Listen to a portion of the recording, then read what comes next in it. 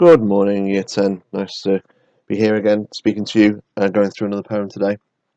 Today we're going to look at Nettles by Vernon Scannell. It's one of the modern poems from the collection, and you'd be glad to know I think we've only got four more to get through. So this one plus three more, and then we'll have got through the whole collection. Right, so let's get moving. Introduction to this poem. So this poem shows a parent and child relationship. And the poem is based on a single moment in the speaker's life, which is when their son is hurt by some nettles.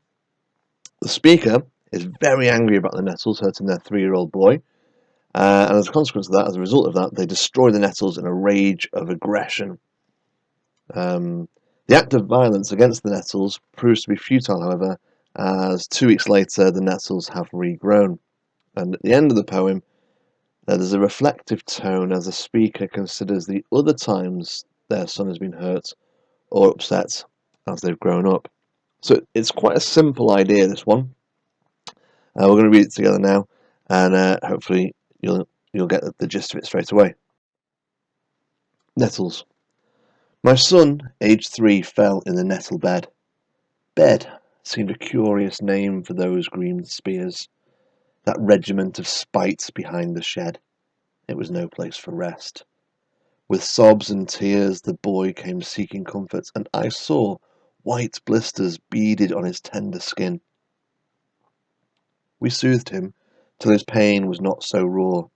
At last he offered us a watery grin, and then I took my billhook, honed the blade, and went outside and slashed in fury with it, till not a nettle in that fierce parade stood upright any more. And then I lit a funeral pyre to burn the fallen dead. But in 2 weeks the busy sun and rain had called up tall recruits behind the shed. My son would often feel sharp wounds again.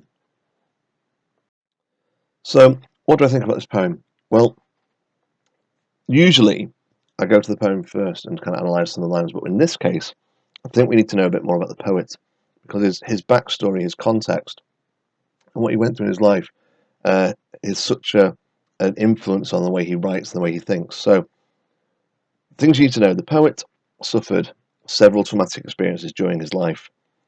He was a soldier during World War II. He ran away from the army. He deserted after seeing some pretty horrific things when he was a soldier. When he was captured, he was put in military prison. But then he was told to go back into the army. When he went back into the army, he was shot in both legs, which meant he went to hospital. And then he ran away again. Hopefully, at this point, you realise he just didn't agree with the army. He was a fighter, though, and he did have a professional boxing career. So not many poets are also professional boxers. After being imprisoned by the army a second time, so when he was captured again, he eventually got out, he was released, and then he decided and settled on becoming a writer. So Vernon Scannell is one of the leading World War II soldier poets. Sadly, 2 of his children died before he did. He had 6 children, and 2 of them died before he did. And then in recent years, after his death, there's been a little bit of a rethink about this man and his personal life, as accusations of him being an abusive husband have emerged. So this guy who wrote this poem is a very complicated individual. He's got an interesting past of fighting. He's clearly got anger and violence in him, and he's got grief and heartbreak all wrapped up into this one individual person. So he's a very complex poet in terms of his life story.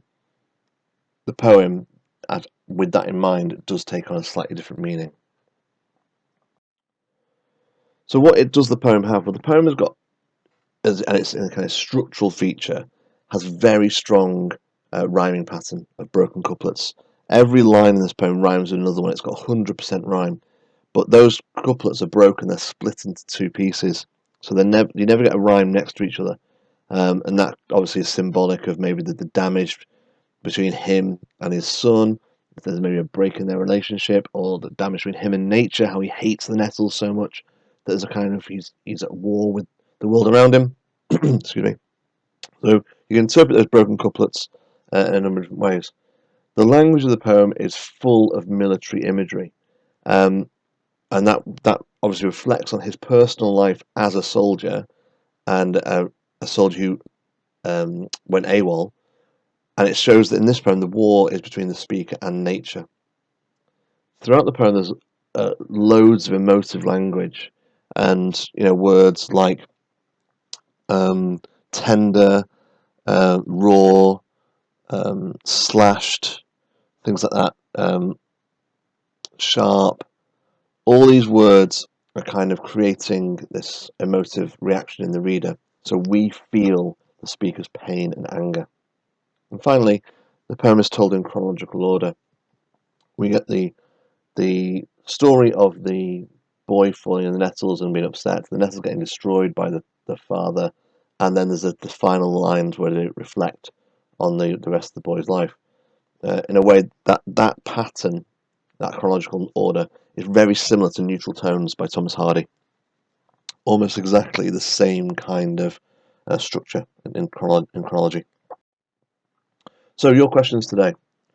First of all, number one, why do you think Scannell chose to write this poem in one stanza rather than several? And it's one of those questions that you might not even think about. It's not one that immediately springs to my mind when I look at a poem. Why has the poet used one stanza when they could have used several? So again, these questions, there's no right and there's no wrong answer. It's just your opinion. So why do you think? What's the reason? Is there a symbolic reason for having one stanza rather than several smaller ones? If he was going to put in several small ones, what would he lose? What would he gain?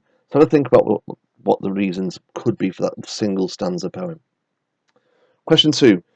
What emotions or images does the title Nettles make you think of? So just look at the word Nettles, the title word, and think about the ideas and the connotations that come from that word. And then again, put them down. Question 3. What do you think sharp wounds in the final line of the poem might refer to? So, last line of the poem, my son would often feel sharp wounds again. What do you think those sharp wounds might be a reference to? If you're not sure, you can rewind the video a little bit and look at some of the earlier things I've spoken about to help you with those questions. As always, though, make sure you read the poem a couple of times. Make sure you look at the annotations on the poem and the notes that go with it, so you've got a really detailed understanding of the text. Nice speaking to you, Year 10, and have a lovely weekend. I'll speak to you again on Monday. Take care.